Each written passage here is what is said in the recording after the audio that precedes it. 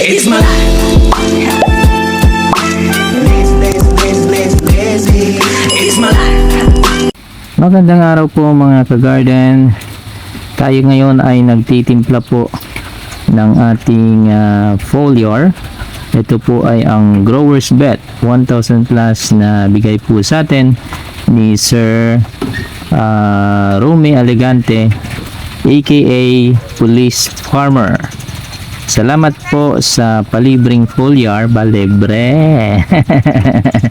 So, nagtimpla po tayo ng kalahati po ng kanyang recommended rate kasi po yung ating paggagamitan ay maliliit pa, kumbaga seedlings po yung ating paggagamitan. So hindi ho natin ititimpla ng buo yung kanyang recommended rate na 320 ml per 16 liter dahil nga po maliit pa lang yung ating pag-a-applyan. So yan po, i-spray po siya natin ngayong umaga at titingnan natin kung magiging maganda din yung kanyang epekto sa ating seedlings. O pangalawang beses ko palang ginamit ito, nung una ay nasa garden, ngayon po ay nasa nursery na. So once again, thank you po. Ayan na. So ayan na po, ini-spray na po natin yung ating dinunaw na Growers Bet 1000 plus na foliar, yung foliar na libre. Char. Kailangan pa talagang ulitin no? Once again, thank you po. Maraming salamat po Sir Romy Elegante aka Police Farmer ng Lambunaw, Iloilo. At hayaan niyo po sir at na makakapagbigay po tayo ng feedback, kumbaga po ay farmers feedback kung ano po yung resulta ng ating foliar dito po sa ating seedlings. So hopefully pangalawang beses na po natin ginamit to. Yung unang gamit natin ay yun nga po nasa garden sa ating tanim na kamatis. Ngayon naman po ay gagamitin natin siya dito sa ating seedlings.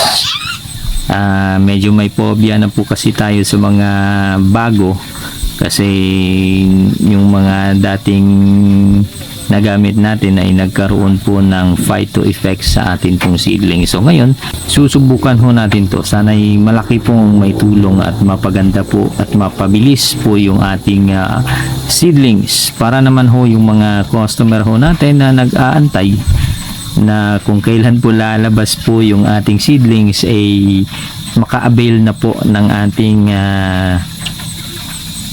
seedlings, no? Kasi matagal na ho isang buwan po talaga yung delay dahil nga po dun sa naipost nating problema nung month of June. So hopefully lalabas na po talaga siya ngayong July. So hininga na ho natin ng pasensya yon. Merong nagalit, meron ding nakaintindi. So normal lang po yun. Kailangan lang ho nating i-extend yung ating pasensya at yung ating pag-unawa kasi nga po lahat tayo o lahat ng panahon na dumadaan sa atin ay hindi ho natin kontrolado. So yun lang ho. Actually itong pag-spray ho natin, baka nagtataka kayo kung bakit medyo tutok na tutok po siya. Ano ho to spray sabay dilig. Kumbaga yung pag-spray natin hindi lang ho dahon yung makakatanggap.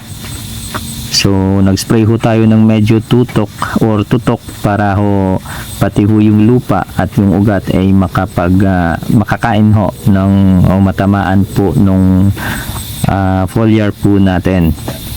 So meron ho siyang absorb galing sa dahon, meron din po siyang absorb galing sa ugat o puno ng halaman. Hindi naman ho siya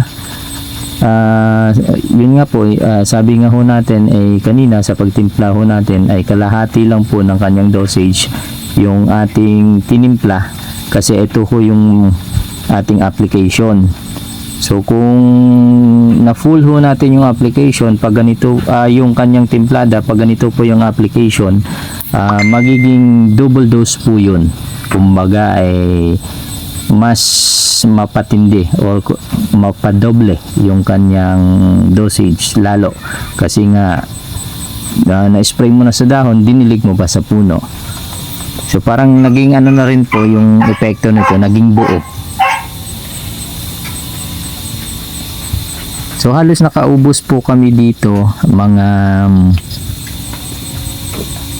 nasa 5 sprayer, halos lapit-lapit 5 sprayer na foliar ho natin.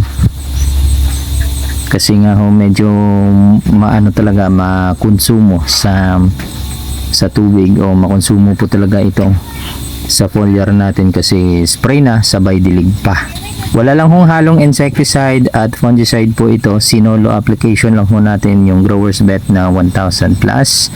Then after po nito, kasi medyo makulimlim yung panahon, mamayang hapon po ay magtitimpla po tayo ulit ng insecticide at fungicide na yun ho, pang ano lang, tawag natin ay patalbo o panipis lang po yung application. Hindi ko kagaya nito na tutok. So kailangan lang ho nating padaanan, kumbaga, para lang ho pampaamoy sa mga insekto at sa mga sakit na posibleng dumapo sa atin pong seedlings. So yun lang po. Sana'y may natutunan, may nakuha, may naintindihan kayo sa inyong napanood.